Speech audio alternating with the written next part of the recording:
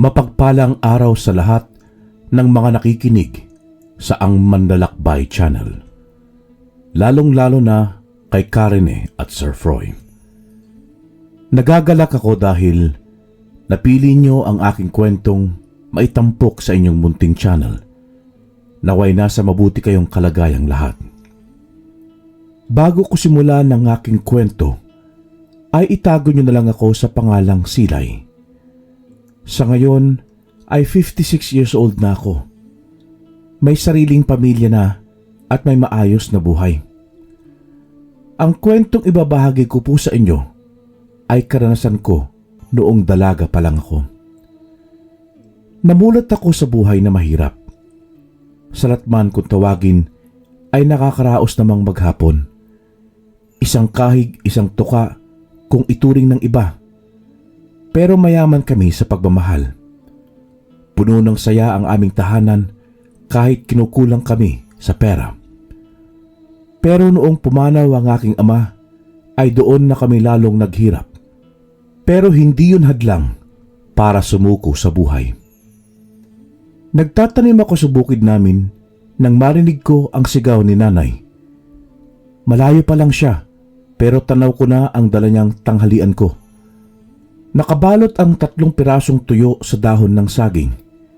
May kasama pa itong talbos ng kamote na isinapaw naman niya sa sinaing. Saktong-sakto yun sa mainit na kanin. May malapit namang bukal, kaya sagana kami sa inuming tubig. Ikaw, Nay, kumain ka na rin ba? Yung mga kapatid ko. Mabilis na sumagot si nanay. Tapos na raw silang kumain. Maging ang mga kapatid ko raw ay kumain na din. 2 taon nang patay ang aking ama. Masakit maiwan ng isang padre de pamilya, lalong-lalo na kung hindi pa ganon kahanda kaming naiwan niya. Bukod sa mawawalan ng balanse ang tahanan, ay mawawalan din ng isang amang nagbibigay tustos sa amin. Kagaya na lamang ng nararanasan ko, isang babaeng may tuturing na dapat madalas makikita lang sa mga kusina at ang hawak ay walis, pinggan, kaldero. Pero imbis na yon ang mga hawak ko ay hindi, kundi ang mabigat na araro sa bukid at pala, maging ang lubid na nakakonekta sa kalabaw namin. Ako ang nag-aasikaso ng sakahan namin. Wala naman akong pagpipilian dahil si nanay ay may sakit na rin sa puso. Bawal sa kanya ang init at matinding pagod. Kaya sa ayaw at sa gusto ko, ay ako talaga ang mag-aasikaso sa bukid naming iniwan ni tatay. Sa edad kong 19 years old, ay tumigil ako sa pag-aaral. Ginawa ko yun upang matustusan ang mga pangangailangan namin sa bahay. At higit sa lahat, ang pagpapagamot kay nanay. May 2 pa akong kapatid na dapat pag-aralin. Si Kenneth na 10 years old at si Maria na 15 years old. Kaya walang dahilan para sumuko ako. Linggo ang araw noon. Katatapos lang naming magsimba. Nasa parting daan na kami na ang paligid ay puro palayan. Naglalakad lang kami nang mapansin ko ang isang babaeng may hinihila siyang isang bata sa hindi namin kalayuan. Nagkukrus siya ng kalsada at dinadala ang bata sa palayan. Kaya mabilis ko siyang pinuntahan dahil mukhang walang malay ang bata. Hoy! Anong ginagawa mo? Bitiwan mo yung bata! Baliw ka ba? Pagkarating ko doon ay nasa gitna na siyang bahagi ng palayan. Patuloy niya pa rin hinihila ang bata. Iniwan ko si Kenneth at Maria at saka hinabol ang babaeng yon. Sa bilis ng babae ay agresibo itong gumalaw at masasabi kong hindi siya ordinaryong babae lang. Hoy! Dahil sa sanay rin naman ako sa takbuhan sa bukid ay mabilis ko siyang nahabol. At doon ko nakita sa malapitan ang mukha ng babae. Madungis na parang baliw. Nanlilisik ang 2 mata at naglalaway pa. marurumi ang mga kuko na mahahaba. Sino ka? Bakit mo inihila yung bata? Bitiwan mo siya! Hindi siya sumagot bagkus ay inaakma pa niya akong kalmutin. Para siyang asong ulol sa kanyang ikinikilos. Gusto niya akong umalis at hayaan na lang siya. Nakumpirma ko na buhay nga ang bata dahil humihinga pa ito. Hindi rin naman ako makalapit ng tuluyan at makuha ang bata dahil masyado itong agresibo. Teka, sino ka ba? Sumagot ka! Hindi ka naman baliw kasi marunong ka! Adik ka ba? Tama, adik ka! Kababae mong tao gumagamit ka ng pinagbabawal na gamot!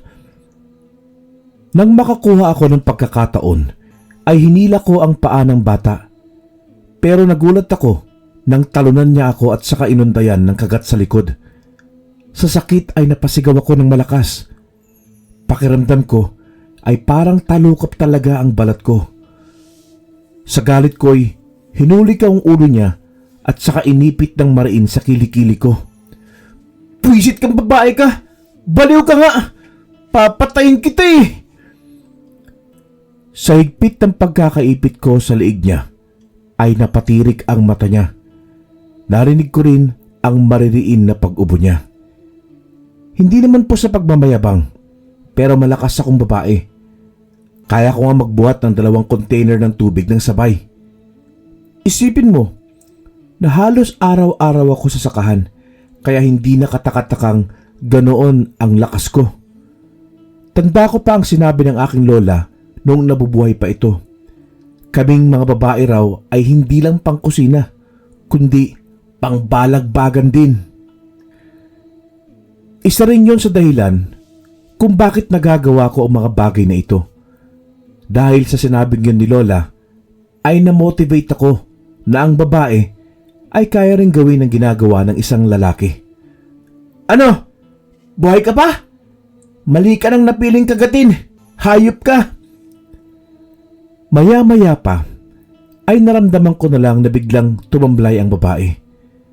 Kaninang ang mga kamay niyang tumutulak sa akin ay biglang nahulog at parang nawalan ito ng lakas.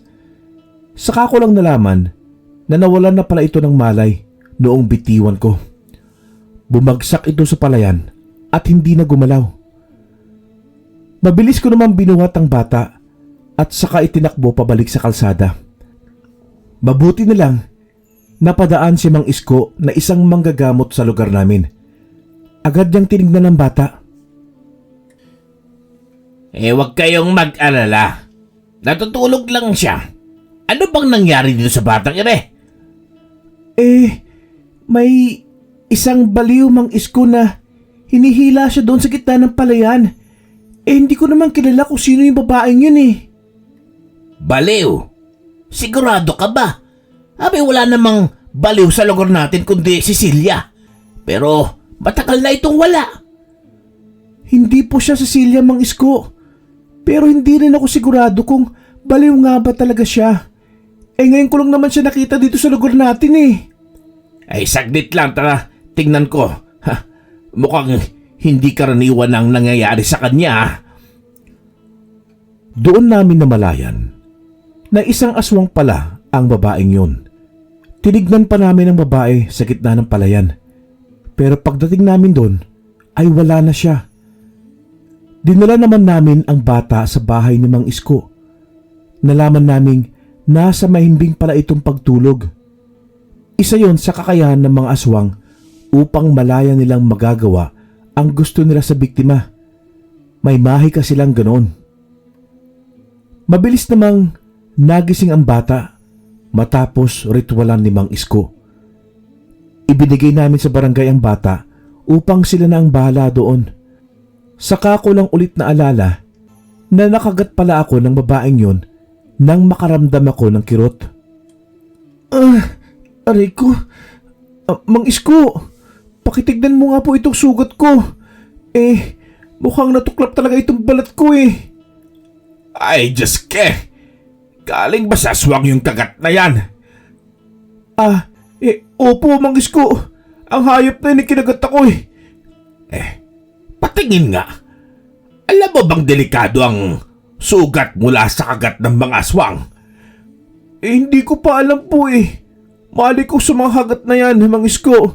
Ano bang mangyayari sa akin pag nagkataon? Aba, ay magiging aswang ka rin katulad nila. Po? Abay, totoo po ba? Naku, ayoko, Mang Isko. Kakain din ako ng lamang loob ng tao. Mismo, magiging katulad ka rin ng babaeng nakita mo at hindi mo mapipigil ang sarili mong matakam sa dugo at lamang loob. Wala na po bang paraan na gumaling sugat, Mang Isko? Sandali siyang tumalikod at saka nag-isip ng malalim. Nakakadagdag ng kaba dahil mukhang walang maisip na gamot si Mang Isko. Ano na po, Mang Isko? Mayroon po ba? Tinuringin ka pa ng mga albularyo? Sandali nga, nag-iisip pa eh. Mayroon naman. Napahinga ako ng maluwag noong sabihin niyang may paraan pa. Ang buong akala ko talaga ay kakain na ako ng mga lamang loob at dugo. Paano na ang pamilya ko kung mangyari yon? Masisira ang buhay nila kung magkataon. Ay, salamat naman. Akala ko wala nang paraan. Mang Isko, anong gamot pala yun? Bulaklak ng isang halaman na hindi pangkaraniwan. Kulay puti ito na mahalimuyak. Bulaklak ng halaman? Saan naman po yung makikita, Mang Isko? Kukunin ko na. Sa bakuran pa ninyo? Anong sa bakuran? Hindi. Sa itaas ng bundok yon. Wala ako niyan dito dahil mahirap makahanap ng ganong halaman. Bibihira lang matagpuan yon sila eh. Po? Pambihira naman, Mang Isko. Kung sakali ba, saan bundok yan? Ay, sa bundok kung saan maraming lawin. Dagdag pa ni Mang Isko, ang halamang yun daw ay mayroong malapad na bulaklak. May natural na tubig itong namumuo sa mismong bulaklak na siyang kinukuha ng mga lawin upang ipainom sa kanilang mga inakay. Karaniwan daw namumugad ang mga lawin sa lugar kung saan tumutubo ang mga halamang yon. Ang ibig po ba ninyong sabihin maghahanap tayo ng bundok kung saan may mga lawing namumugad? Aba, ikaw lang ang maghahanap, Silay. Hindi ako sasama. Alam mo namang mahina na mga tuhod ko, kaya hindi na ako makakaakyat sa bundok. Ana? Po? Paano ko naman malalaman kung anong klaseng halaman ang kukunin ko? Kung wala akong ideya kung anong itsura nun, Mang Isko. Hay nako. Sige, sasamahan na kita. Pero kailangan mo akong bayaran. Wala na rin naman nagawa si Mang Isko kundi ang pumayag na samahan ako. Kaso nga lang, kailangan ko siyang bayaran ng 2 sakong palay sa oras na mag-anihan na. Yun kasi ang singil niya sa akin kapalit ng kanyang serbisyo. Pero mabuti na yun, kesa naman matuluyan akong maging aswang. Ang sabi pa niya, may 3 araw pa raw ako bago makaramdam ng mga senyales. Senyales na nagiging aswang na ako. Pagka-uwi ko sa bahay, ay agad ko rin namang sinabihan si nanay. Nag-alala siya akin. Nay, huwag ka pong mag-alala. Ako pa po ba? Kinabukasan, madaling araw pa lang, ay umalis na kami ni Mang Isko. Pinuntahan namin ang pinakamalapit na bundok kung saan daw maraming lawin na namumugad. Pero halos 1 oras na kami sa bundok na yon ay wala pa rin kaming nakikitang mga lawin kahit ni isa. Mang Isko, sigurado ka pa sa bundok na ito? Baka naman mga dragon ng mga nakatira dito, hindi lawin. Sandali, baka natutulog pa. Maaga pa naman eh. Mag-aalas 7 pa lang ah. Sumasakit na itong sugat ko eh. Baka senyales na ito na nagiging aswang na ako. Normal lang na sumakit ang sugat mo. Dahil lang yan sa halamang gamot na ipiniga ko dyan kanina bago tayo umalis. Tiisin mo lang. hanggat hindi pa natin nakikita ang halamang gamot na hinahanap natin. Nagpatuloy na lang kami ni Mang Isko sa pagdalakad. Mga ilang saglit lang ay nakarating na kami sa isang malaking puno. Kaya nagpasya muna kaming umupo doon upang kainin yung baon naming pagkain. Nakita ko kasing hinihingal na itong matanda, kaya naawa naman ako. Siya lang yung kilala kong albularyo na mabagal at mabilis mahingal. Paabot nga ako ng tubig, Inday Silay. Pasuyo na rin ng maintenance ko sa bag ko. Abay, mukhang inaatake na naman ako ng hika ko, ha? Mabilis ko namang binuklat ang kanyang bag at saka kinuha doon ang kanyang gamot. Ewan ko ba ditong sa albularyong ito? Albularyong may hika? Sariling sakit hindi magamot-gamot? Kaya minsan, nagtatanong din ako sa sarili ko kung tama bang maniwala ako sa hikayeng albularyong ito. Ito po, Mang Isko. Inumin na ninyo. Nanginginig pa niyang kinuha ang gamot sa palad ko at halos matapon pa yung tubig sa bote. Parang nagsisituloy ako na niyaya ko pa itong si Mang Isko sa itaas ng bundok. Naku, Mang Isko, mukhang mauna ka pa yata sa akin mamatay. Ano? Ano akala mo sa akin? Sakitin? Inutil? Malakas pa to sa kalabaw. Tara na, hanapin na natin yung gamot. Mabilis siyang tumayo mula sa pagkaupo. Kaya nagulat na rin ako. Sabay tayo na lang din naman ako. Mabilis siyang naglakad at saka inakyat ang mabatong parte ng bundok.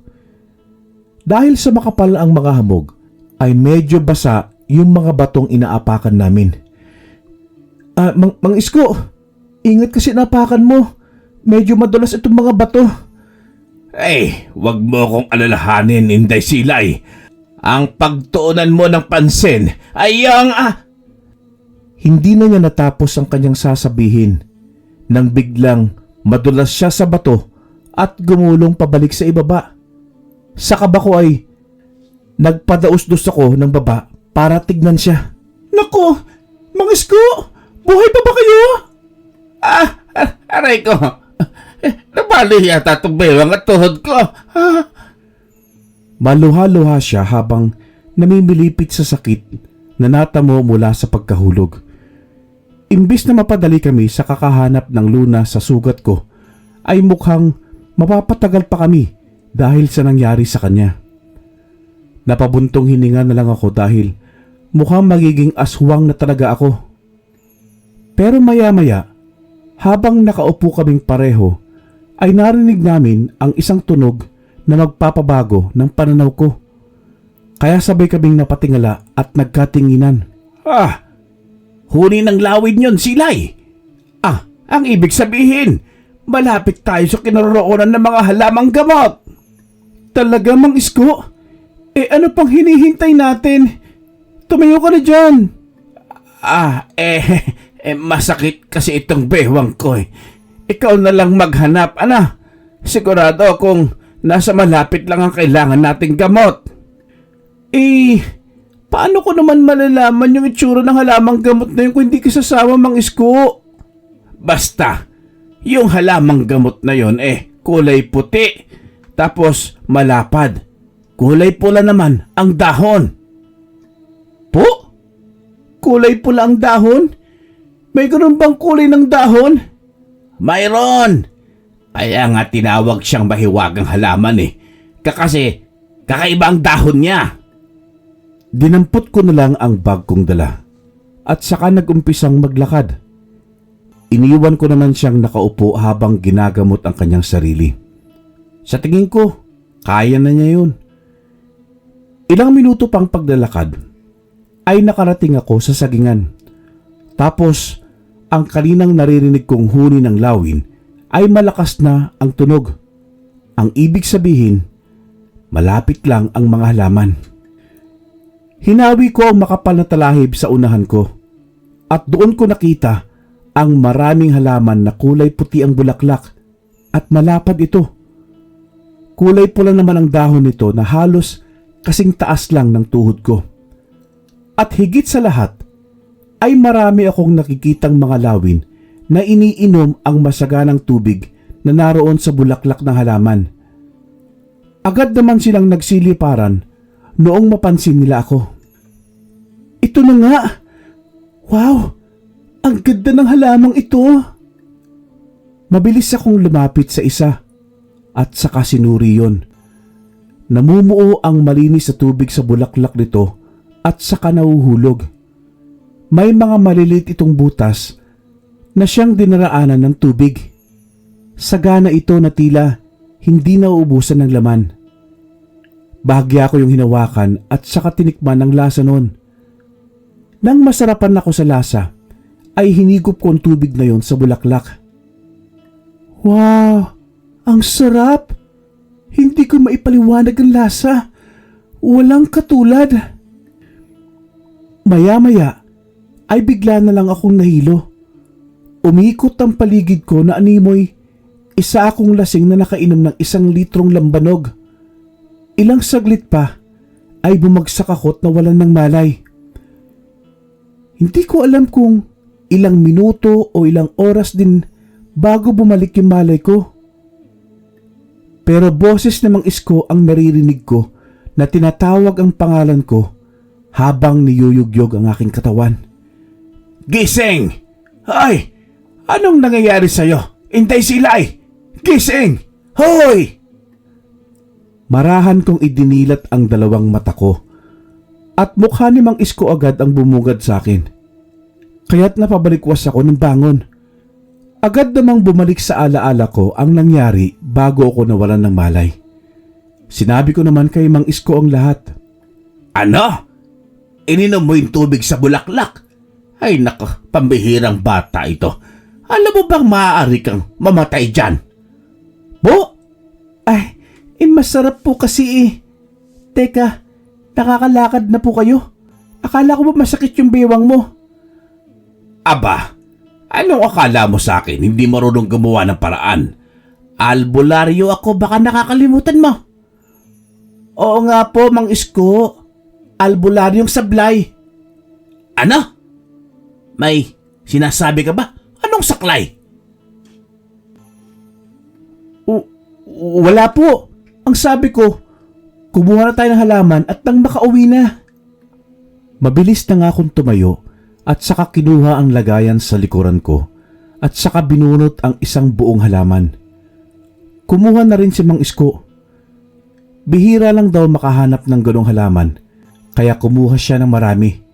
Itatanim daw niya ang iba sa bakuran niya.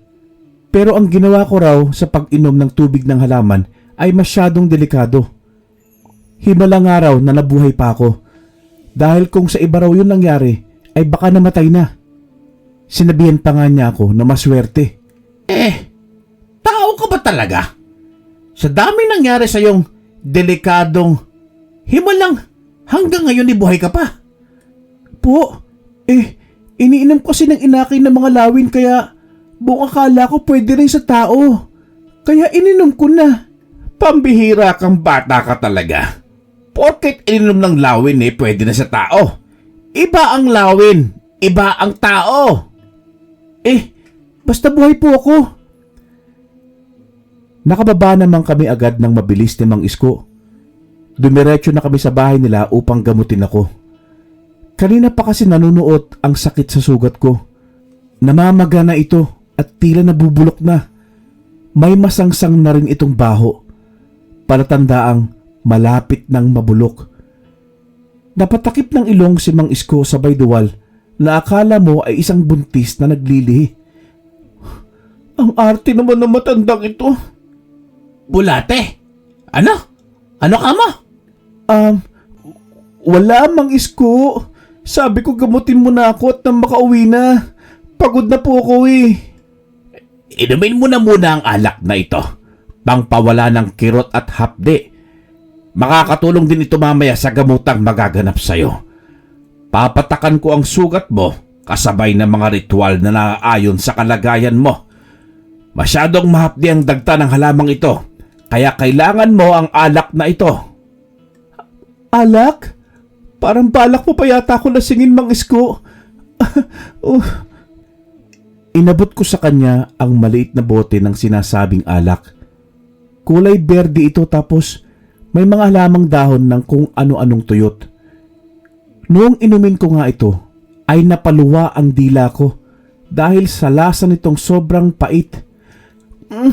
Sobrang pait naman ito, Mang Isko. Alak ba talaga ito? Pait? Paanong naging mapait? Patingin nga. Dinampot muna niya ang salamin niya at saka isinuot sa kanyang mata. Agad niyang kinuha ang bote sa kamay ko at saka tinignan ito. Nako, pambihira. Hindi ito yung alak. Gamot ito sa mga buni at hadhad sa katawan. Nako, palpak ka naman, Mang Isko eh.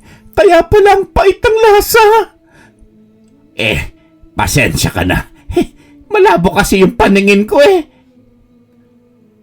Napainom ako ng tubig dahil ang lasa nito'y naiwan pa sa dila ko. Nakakasuka. Kung wala lang talaga akong kailangan sa matandang ito, baka nasampal ko siya sa kasukasuan. Inabot niya sa akin ng isang bote. Sigurado na raw siyang yun ang alak. Kinuha ko naman agad yon sa kamay niya at saka binuksan.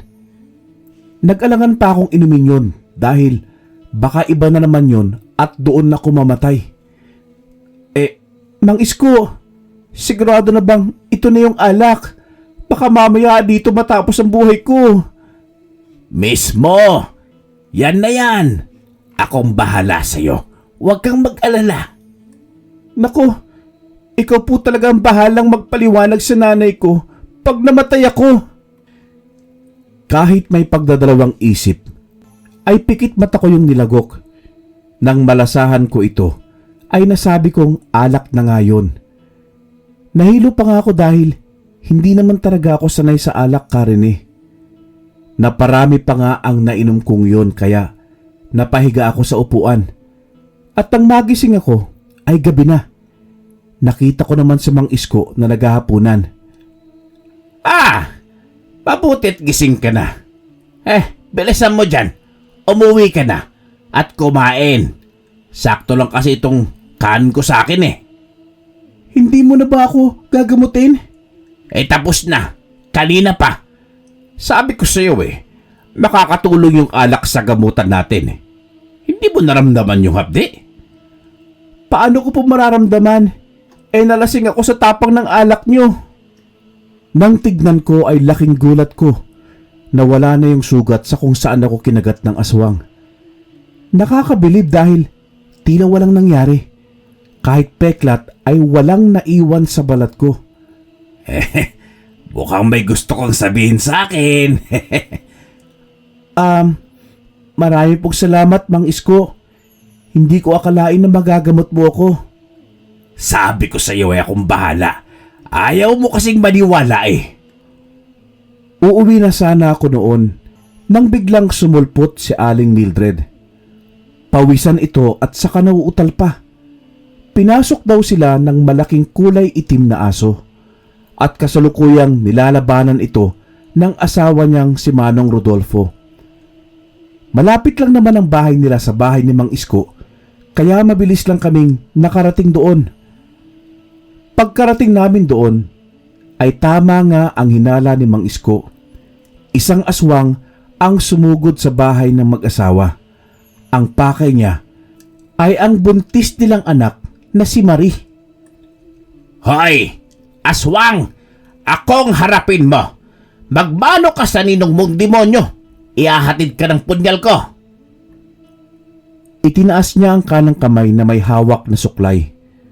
Seryoso pa itong kinakausap ang malaking aso na pilit sinasakmal si Manong Rodolfo. Mang Isko! Hindi naman punyal yung hawak mo eh! Mang Isko! Suklay po yan! Pambihira ka naman! Suklay ba ito? Nako, sandali. Kita mo, sa sobrang pagmamadali, iba na yung nadampot ko. Ano pong gagawin natin, Mang Isko? Mukhang nakuha mo ang atensyon ng aswang eh. Tignan mo, mukhang sasalakay siya. Wala ka ba diyang dalang patalim? Ha, Mildred, pera muna ako at lalabanan ko ang isang ito. Ayan na siya, Mang Isko! Tumakbo ng mabilis ang kulay itim na aso papunta sa kinatatayuan naming tatlo. Sa takot ko ay naitulak ko si Mang Isko sa asong yon. Pero nagulat akong nagawa niyang madampot ang lieg ng asong yon. Binuhat pa niya ito at saka ibinalibag na parang isang manok sa lupa. Lahat kami na nandoon ay namangha sa lakas na ipinamalas ni Mang Isko. Dahil sa natamo ng asong yon, ay napatakbo ito sa kakahuyan ng mabilis. Agad din namang nagpasalamat ang mag-asawa sa tulong na ginawa ng matanda. Iniwanan na lang ni Mang Isko ng payo ang buntis na anak ni Aling Mildred at Manong Rodolfo. Sinibihan din niyang magtali ito sa damit ng kaperasong luya at tumagilid kung matutulog. Wag na wag daw itong tumiyaya dahil mabilis na makikita ng aswang ang sanggol sa sinapupunan nito. Pagkatapos nun, ay umuwi na rin naman ako. Wala namang pagsidlan ang tuwa ni nanay at mga kapatid ko nang malamang maayos na ako. Habang naghahapunan nga, ikinuwento ko sa kanila ang buong nangyari. Kinabukasan, ay madaling araw pa lang, pumunta na ako sa bukid. Pakanta-kanta pa ako habang nakasampa sa kalabaw naming si Beryong. Si Beryong ang kalabaw naming tumagal talaga sa pagtatrabaho sa bukid. Yung dati naming kalabaw ay ibinenta dahil mabilis mapagod at ang iba naman ay nagkasakit. Kaya si Beryong lang talaga ang inaasahan namin sa pagsasaka. Malapit-lapit na ako noon sa palayan nang biglang tumigil si Beryong sa pagdalakad. Akala ko dudumi lang siya o hindi kaya'y kakain ng damo sa dinaraanan namin. Pero kahit anong hataw ko sa kanya ng lubid, ay tila rebulto siyang ayaw umabante. Ay, ano na namang trip ito, Beryong? Lumakad ka na nga. Marami pa tayo gagawin eh. Sige na. Umuungos-ungos lang siya. Para bang may kung anong nilalang siyang nararamdamang masama sa unahan namin, kaya ayaw niyang lumakad. Kaya't bumaba na ako at saka tinignan ang nasa bandang unahan namin. Matalahib kasi at maliit lang ang daanan, kaya kapag nakasampa ka sa likuran ng kalabaw ay hindi mo matatanaw ang unahan mong dadaanan. Noong hawiin ko ang makapal na damo, ay nagitla ako sa nakita ko. Isang babae na nasa tansya ko ay nasa 40 pataas ang nilalantakan ang isang patay na kambing. Nagkatinginan pa kami saglit noong mapansin niya ako. Nanlilisik ang dalawang mata niya at saka tumutulo pa ang malapot itong laway. Sino ka? Naku, demonyo ka? Kaninong kambing yan? Likas talaga sa akin, Karen, ang katapangan. Sinugod ko ang babaeng iyon at saka hinila palayo sa kambing. Mabilis siyang tumakbo paalis dahil siguro sa kaba sa akin. Alam niya kasing hindi ako natatakot sa kanya. Hindi na ako nakapagsaka sa araw na yon. Tumungo ako sa bahay ni Mang Isko upang ipaalam ang nakita ko. Nako, kagagawa nito ng bagong yanggaw. Naglipanan na naman ng mga masamang loob sa lugar natin. Mag-ingat ka, Inday Silay. Madalas ka pa namang makakita ng mga ganon. Ha? Sa akin sila mag-ingat. Nakikita mo ba itong braso ko? Mas malaki pa sa ulo mo. Diyan ako bilib sa'yo eh. Sa katapangan mong walang inuurungan. Talagang magagamit mo yan sa oras ng kagipitan. Bakit nga ba nagsilipa na itong mga aswang sa lugar natin, Mang Isko? Nakakabahala ito para sa ating mga kabaryo. Hindi ko alam, Inday. Pero sigurado kung isang aswang lang ang may kagagawan nito. At yung nakita mong aswang sa palayan, kanina bagong yanggaw yon. Alaalamin natin ang pangyayari at puputulin ang punot dulo nito. Po? Pati ako sasama sa investigasyon ninyo. Ayoko, Mang Isko. Marami pa akong naiwang trabaho sa bukid. Hindi ako po pwede. Kailangan ko ang isang kagaya mo, Inday. Mahihirapan ako kung ako lang mag-isa. Ano naman po may tutulong ko dyan, Mang Isko? Gawain yung mga albularyo yan. Labas na ako dyan, Mang Isko. Ginamot kita, hindi ba? Yung ibabayad mo sa aking palay, wag mo na yung ibayad. Amanas na tayo. Basta't pumayag ka lang sa gusto ko. Bahagya akong natigilan sa alok na yon ni Mang Isko. Napaisip tuloy ako dahil malaki-laki rin ang suhol kong yon sa kanya. Kung tatanggapin ko yung alok niya, ay hindi ko na kailangang suhulan siya ng palay. Malaking bagay din yun at makakatulong yun sa pag-aaral ng mga kapatid ko. Pag-iisipan ko po muna, Mang Isko. Maganda rin yung alok mo ah. Sige, pumapayag na ako. Ang bilis mo namang magdesisyon. Bakit po? Ayaw niyo po ba? Kung ayaw niyo, uuwi na ako. Sandali. Siyempre gusto. Mamayang gabi, samahan mo kong magmamasid-masid sa paligid ng baryo natin. Tingnan natin kung anong makikita natin. Sumapit ang gabi. Bandang 10:00 ng gabi, nasa sitio Balete na kami ni Mang Isko. Mga 1 oras na rin ang pag-alagala namin sa lugar. Nakakaasar lang dahil pinagkamalan pa kaming magkarelasyon ng mga taong nakakasalubong namin. Mukhang wala namang kakaiba rito eh. Umuwi na kaya tayo, Mang Isko? Sandali. Halika. Dito sa dilim. Anong dilim? Malilintikan ka sa akin, Mang Isko. Pambihira. Ang ibig kong sabihin, halika dito para makapagtago. Masyado kang, tignan mo yung buwan. Malaki. Tiyak na magsisilabasan ang mga aswang ngayon. Ha? Sige po. Tama si Mang Isko. Kita ko nga doon sa kinatatayuan ko. Maliwanag ang sikat ng buwan. Tapos katamtaman naman ang ihip ng hangin. Wala na ring katao-tao sa paligid. Sa pwesto namin yun ni Mang Isko, ay makikita namin ang kabuuan ng sityo. Malakas kasi ang pakiramdam niya na mayroong magpapakita na aswang ngayong gabi. Ngayong gabi, kailangan nating malaman kung saan nanggagaling ang mga aswang na ito. Anong ibig mong sabihin, Mang Isko?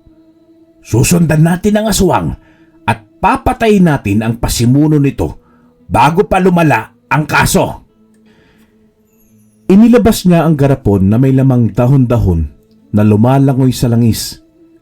Ayon sa kanya, kailangan daw na ipahid yon sa balat ng aswang upang malaman namin kung saan umuuwi ang aswang. Pagkatapos, Manong Isko, paano natin malalaman? Sa pamamagitan ng orasyon ko, malalaman ko yon. Konektado na ang langis sa katawan niya at ang dasal ko. Maaamoy ko siya. Wow! Nakakahanga naman, Mang Isko. Sandali. Mukhang may paparating. Sigurado akong aswang na ito.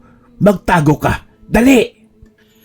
Maya-maya pa, mula sa isang sulok, ay may lumabas na isang malaking anino. Palaki ng palaki ang anino habang palapit sa amin. Inihanda ko ang dala kong itak. Samantalang, hawak naman ni Mang Isko ang kanyang punyal. Ilang sandali pa'y lumabas na ang nilalang na pinagmumulan ng anino. Pusa! Pusa pala ito, Mang Isko eh. Pambihira. Pusa ba? Pusa nga no. Ang laki-laki ng anino. Pusa lang pala. Sandali, Mang Isko. Naririnig mo ba yon? Kakaibang tunog ang narinig ko sa paligid. Mukhang hindi yun ordinaryong tunog. Napatakbo pa nga yung pusa sa takot sa tunog na yon. Umalulong na rin ang mga aso na para bang may naaamoy na masamang nilalang sa paligid. Mukhang ito na nga yung kanina pa nating hinihintay. Inday Silay. Makalipas nga ang ilang segundo, ay may biglang lumapag sa bubungan ng bahay na nasa harapan namin ni Mang Isko. Tik-tik daw yon ang sabi niya, at sigurado siyang may buntis sa loob ng bahay. Sandaling nag-orasyon si Mang Isko. Pagkatapos ay marahan siyang pumunta sa bahay na yon. Ang sabi niya sa akin ay maiwan lang ako sa aking pwesto. Ako na raw ang bahalang magbantay kung saan tatakbo ang aswang para mabilis naming masundan. Nakita kong binuksan niya ang garapong hawak tapos sumigaw. Hoy! Tik-tik! Anong sinisilip-silip mo dyan? Ako ang harapin mo, walang yaka! Nakita ko namang tinignan lang siya ng tik-tik. Pero bahagyang gumapang ito sa parteng itaas pa ng bubong. Hudyat, natatakas siya. Ano? Tatakas ka ba? Hetong sayo! Bumuelo si Mang Isko at saka malakas na itinapon sa tiktik ang laman ng garapong hawak niya. Sa lakas ng puwersang ginamit niya, ay natisod siya sa isang ugat ng punong malapit sa kanya, dahilan para matumba siya at gumulong. Nako! Mang Isko! Ayos na po ba kayo? Tumalon ang aswang sa isang puno at saka mabilis na lumayo. Mas pinagtuunan ko ng atensyon si Mang Isko na nooy nakahiga sa lupa. Iniinda niya ang kaliwang kamay na siyang tumukod sa kanyang pagkatumba. Agad ko siyang tinuluyang makatayo. Pinipigil ko rin ang tawang namumuo sa aking bibig. Hindi ko lubos maisip na ganito pala kasablay ang albularyong ito. Inday! Sa tingin mo ba'y tatamaan ka kaya siya ng langis? Ha? Hindi ko alam, Mang Isko. Pero sa tingin ko, napuruhan yung kaliwang kamay mo. Mukhang bali eh. Hayaan mo na yung braso ko. Babalik din yan sa dati. Nakita mo ba kung saan pumunta yung tik-tik? Agad kong itinuro sa kanya ang direksyon kung saan tumungo ang nasabing tik-tik. Mabilis niyang hinawakan ang baling braso at saka kinapa ang naging problema. Hinilot-hilot niya ito at sabay higit ng biglaan, narinig ko pa ang paglagotok nito. Ayan! Ayos na ang buto-buto. Halika na! Habulin natin ang tik-tik! Bago namin pasukin ang kakahuyan, ay bahagyang pumikit muna siya at saka nag-usal ng ritual. Naamoy na raw niya ang langis na naitapon niya sa loob ng gubat. Nakakasiguro siyang tinamaan nga ang tik-tik na yon ng langis. Pagkatapos ay pinasok namin ang masukal na kagubatan. Mag-iisang oras na rin yung pagsunod ko kay Mang Isko habang sinusundan din niya ang amoy ng kanyang langis. Isang ilog at sapa na rin ang nadaanan namin, pero kahit ni guni-guni ay wala akong maramdamang may aswang sa paligid. Kung hindi nga lang dahil sa maliwanag na buwan, ay baka nagkandadapa-dapa na ako. Bukod kasi sa matataas na mga talahib, ay malalaki rin ang mga puno doon. Kaya kung madilim ang paligid, ay sigurado ako, bago ka makalabas sa gubat, ay ilang beses ka munang madadapa. Kanina ka pa dyan amoy ng amoy, Mang Isko ah. Ano, malapit na po ba tayo? Shh! Tahimik ka lang. Baka marinig tayo ng mga aswang. Tiyak akong malapit na tayo sa bahay nila. Mang Isko, kanina mo pa sinasabi na malapit tayo eh. Totoo na ito. Tignan mo. Nakikita mo ba yung bahay kubong yun sa dulo? Opo, bakit po ba? Yan na ba yung bahay ng aswang? Hindi. Hindi ko pa sigurado. Puntahan na rin para malaman natin, ha? Agad na nilapitan namin ni Mang Isko ang kubong yon. Sa bungad pa lang ay amoy na namin ang malansang hangin na umaalingasaw sa paligid ng kubo. Animoy, katayan ng mga hayop ang amoy nito. Gawa sa kawayan ng kubo at nipa naman ang nagsisilbing bubong nito. Halos masuka ako sa hindi kaaya-ayang amoy. Ayaw ko na nga sanang tumuloy pero nandun na kami. Masyadong tahimik ang paligid. Para bang mahimbing ang pagkatulog ng mga nakatira doon. Doon ako unang kinabahan sa nakakabinging katahimikan. Mang Isko, mukhang wala namang nakatira sa bahay na yan. Bumalik na kaya tayo? Mayroong nakatira sa bahay na yan. Nararamdaman ko. Ayan na naman tayo sa mga nararamdaman mo, Mang Isko eh. Baka mamaya kwagong nakatira dyan. Lagi naman Hindi ko na natapos pa ang sasabihin ko nang lumangit-ngit ang bintana ng kubo at saka marahang bumukas ito. Bumungad sa amin ni Mang Isko ang isang matandang babae na kulay puti ang buhok. Nakasuot ito ng kulay itim na damit na animoy isang ermitanya. Matatalim ang tingin niya sa amin na akala mo ay isang galit na leon. Hinawakan ako ni Mang Isko sa balikat at bahagyang pinaatras. Halatang pati siya ay kinakabahan na rin. Unang beses kong makaramdam ng takot. Binati kami ng matanda ng magandang gabi at saka tinanong kung ano ang kailangan namin sa 10 oras ng gabi. Pero ang masakit na tingin niya ay hindi pa rin nagbabago. Nagpakilala siya sa amin na siya raw ay si Corazon. May hinahanap kasi kami. Baka nakita mong dumaan dito. Wala akong ibang mapansin. Masarap ang tulog ko. Nabulabog na nga lang ako sa ingay ninyong dalawa. Pasensya ka na, Corazon o nga pala, isa akong albularyo, kaya alam ko ang nangyayari sa kubong ito. Pagkarinig ng matandang si Corazon, ay agad niyang isinarado ang bintana. Rinig ko pa ang makayabag sa loob ng kubo na animoy may naghahabulan na 10 daga. Maghanda ka, Silay. Mukhang mapapalaban na tayo. Opo, Mang Isko. Mahigpit kong hinawakan ang dala kong itak at saka pinakiramdaman ng paligid. Ganon din si Mang Isko. Umusal siya ng orasyon at saka sinindihan ang dalang kamangyan. Dinig ko ang ungos ng mga aswang sa loob ng kubo. Doon ko lang nalaman kay Mang Isko na nababahuan pala sila sa usok na galing sa kamangyan. Ang dagdag pa niya ay ihagod ko raw sa bato ang itak ko dahil mangingilo raw sila sa kalansing ng itak. Ginawa ko ang inutos sa akin ni Mang Isko at maya-maya pa ay parang nagkakarambola na sila sa loob ng bahay kubo. Maririnig din namin ang galit nilang boses. Pinapaalis na kami ni Mang Isko. Hindi kami aalis hanggat hindi namin kayo mapapatay. Alis kayo, matandang Isko. Hindi namin kayo pinapakialaman. Hindi nga. Pero sa mga kabaryo namin mayroon.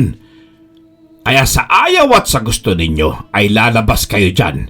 Dahil kung hindi, susunugin ko ang bahay nyo. Naku, Mang Isko, mukhang galit na sila. Huwag mong pansinin yan. Ituloy mo lang paghahagod mo sa bato. Nangihina sila dahil doon. Malaki ang tsansa nating manalo. Uubusin natin ang mga aswang na ito. Kaya ituloy mo lang yan habang pinapaikutan ko naman ng ritual ang paligid ng kanilang bahay. Habang nagwawala ang mga nilalang sa loob ng kubo, ay patuloy ko lang pinapatunog ang hawak kong itak. Samantalang si Mang Isko ay taimtim na nagriritual. Pero ilang saglit lang ay biglang bumukas muli ang bintana, kaya't napatigil ako sa gulat. Napatingin ako habang nakatulala sa bukas na bintana. Maya-maya pa'y may tumalon mula sa loob, isang kulay itim na aso. Kasunod noon ang 3 pang mga aswang na lumabas mula sa kubo. Nako, Inday, umalis ka dyan. Masyado silang malakas. Hindi na kayanan ng ritual ko. Protektahan mo ang sarili mo gamit yung itak mo. Basta, bahala ka na! Pambihira! Akala ko ba malaki ang tsansa nating manalo sa kanila? Bakit ngayon sinasabi mong bahala na ako? Yun lang sa ngayon ang magagawa natin. Ang lumaban ng pisikalan. Ang sabihin mo, sablay ka talaga! Nako, huwag mo na akong sisihin. Ang gawin mo, hatawin mo ng itak pag lumapit sa iyo yung aswang. Magsisisi kayo kung bakit pumunta pa kayo dito sa lungga ko. Wala akong pagsisihan. Dapat mapuksa ang mga katulad mo dito sa lupa. Masyado kang matapang, Isko. Sisiguraduhin kong ikaw ang mamamatay ngayong gabi. Ang kaninang asong kulay itim ay naging anyong tao at yon ay si Corazon. Marahas niyang sinugod si Mang Isko. Kaso, nailagan naman yon ng matanda. Ako naman ay pinuntirya ng iba pang aswang. Nakita ko doon yung babaeng aswang na kumagat sa akin sa palayan at yung babaeng pumatay sa alagang kambing. Ang isa ay hindi ko naman kilala. Bale 4 sila kasama ang matandang si Corazon. Hoy! Nandito ka pala! Natatandaan mo ba ako? Ako nga pala yung kinagat mo. Magbabayad ka. Muntik na akong maging katulad din yung pangit. Nakaramdam ng sindak ang aswang na yon. Kaya umatras siya. Pero ang iba ay sinugot ako. Sa tindi ng galit ko ay nahataw ko sila ng itak na hawak ko. Tinamaan agad ang isa sa muka. Kaya napaatras siya. Yung isa naman, nadaplisan lang. Noong nakikita kong tumatakas yung aswang na kumagat sa akin, ay dinampot ko ang bato na kasing laki ng kamao ko at saka buong puwersang ibinato yun sa kanya. Tinamaan siya sa ulo at agad siyang nawalan ng balanse. Kaya pagkakataon kong mahuli siya. Pero mabilis siyang nagpalit anyo sa isang baboy ramo. Nahirapan din ako dahil muli akong inatake ng dalawa. Noong dumapo ang paningin ko kay Mang Isko, ay hinihila-hila siya ni Corazon. Sigaw siya ng sigaw dahil nahihilo raw siya. Pambihira! Albularyo ka ba talaga? Niyaya mo ako dito tapos hindi mo pala kaya ang mga ito? Sana pala hindi na ako sumama sa iyo, Mang Isko. Pahamak ka talaga! Ah! Nahihilo ako! Tulong! Sa asar ko, ay pinagsusuntok ko ang mga nakapaligid sa aking mga aswang. Madali ko lang silang natatalo dahil ang ninipis lang naman ng mga katawan nila. Hindi ko katulad na parang Amazona. Sa isang braso ko pa lang, katumbas na ng isang katawan nila. Sino ba naman ang hindi kakabahan sa akin? Kaya ko magbuhat ng isang sakong palay at mag-araro ng isang araw na walang pahinga. Kaya hindi katakatakang matalo ko ang mga aswang na ito. Kanina lang ako nakaramdam ng takot dahil sa aurang bumabalot sa matandang Corazon. Hoy, Corazon! Bitawan mo matandang yan! Ako ang harapin mo! Huwag kang mag-alala. Pagkatapos ko dito, ikaw ang isusunod ko. Talaga? Baka isunod kita sa mga kasamahan mo. Nang mapagtanto niyang nakahandusay na pala ang mga kasamahan niya, ay nanlumo siya. Hindi niya alam kung paano ko yun napatumba ng sabay-sabay. Binitawan niya si Mang Isko at saka umatras ng bahagya. Nako! Mag-ingat ka dyan kay Inday Silay! Hindi ordinaryong babae lang yan! Walang kahit ritual o anting-anting na taglay yan, kundi purong lakas at tapang lang. Pero sa oras na tamaan ka ng suntok niyan, ay tiyak, natulog ka! Ha? Bakit lumakas siya ng ganoon? Likas na sa kanyang malakas. Dala ng pagtatrabaho maghapon sa bukid. Kaya ikaw na aswang, kaya kanyang tupiin yung katawan mo. Sa mukha ni Corazon ay halatang takot siya sa akin. Lalo pa siyang umatras ng marahan. Pero ang hindi niya alam ay napansin niyo ni Mang Isko. Ang buong akala niya ay makakatakas siya. Tatakas ka pa yata. Kanina may sinasabi kang tatapusin mo si Mang Isko, hindi ba? Bakit ngayon? Parang takot na takot ka. Sa ibang araw na tayo magtutuos. Kailangan ko munang pagandahan ang lahat. Biglang naging malaking ibon siya at saka lumipad. Pero nakailang pagaspas pa nga lang siya, ay nahulog siya pabalik sa kinatatayuan kanina. Muli siyang nagkatawang tao. Nagulat naman akong napahalakhak ng malakas si Mang Isko. Dilagyan ko ng ritual na pampabigat ng katawan mo, Corazon. Kanina habang abala ka sa kakaikot sa katawan ko, ay palihim akong nagritual para lagyan ka ng orasyon.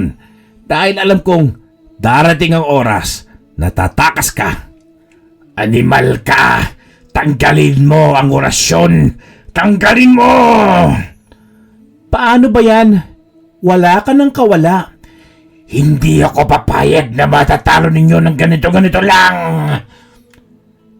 Lalong humaba ang kuko niya sa magkabilaang daliri. Ang kanyang katawan ay kumuba pa, pero lumaki ng bahagya. Mas nakakatakot siyang tignan kumpara sa normal niyang laki. Idagdag mo pa ang tila mangkukulam niyang postura. Ilang saglit lang ay mabilis siyang sumugod sa akin at saka kinalmot ako. Hindi niya naman ako natamaan dahil alerto din naman ako.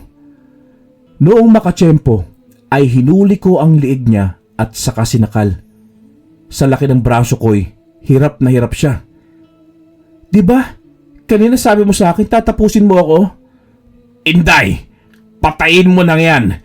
Nang sa ganun makauwi na tayo! Nagugutom na ako Para siyang isdang nabingwit dahil sa pagpupumiglas niya sa akin. Hindi ko napigilan ang sarili ko at naibalibag ko siya sa lupa. Akma na sana akong tagain siya. Ngunit isinangga niya ang kanyang palad habang nagmamakaawa. Parang awa mo na! Hayaan mo akong mabuhay! Magbabago na ako! Hindi na ako mangyayanggaw! Patawad! Maluha-luha siyang nakaluhod. Bahagyang napatigil tuloy ako. Tinignan ko si Mang Isko. Gusto ko siyang patawarin at hayaang mabuhay. Ngunit magkasalungat ang gusto namin ni Mang Isko. Huwag kang maniwala sa kanya, Inday Silay. Minamanipula ka lang niya. Mukhang nagsisisi naman talaga siya, Mang Isko Tignan mo. Umiiyak na siya. Maniwala ka sa akin. Hindi totoo ang sinasabi niya. Kaya't patayin mo na siya, Inday. Ikaw pa mapapahamak dyan. Totoo ang sinasabi ko. Aalis ako pagkatapos. Hindi na ako manggugulo. Buhayin mo lang ako, pakiusap. Sa awa ko nga, ay hinayaan ko ang aswang na yon. Ibinaba ko ang itak ko at saka kumalma. Napakamot naman ng ulo si Mang Isko dahil sa naging pasya ko. Nakita ko ang pagsilay ng matamis ng ngiti ni Corazon nung tatalikod na sana ako. Alam na alam ko na mayroong masamang binabalak ang ngiti niyang yon. Alam kong tama si Mang Isko na masyadong mapanganib pagkatiwalaan ng mga aswang. Maya-maya pa'y naramdaman ko na lang ang paggalaw ni Corazon sa likuran ko.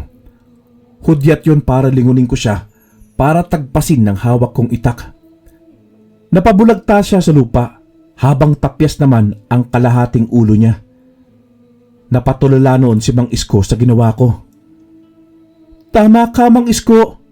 Hindi dapat pagkatiwalaan ang mga aswang. Mga traidor. Akala ko'y magpapadala ka na sa awa, Silay. Mabutit nakinig ka sa akin.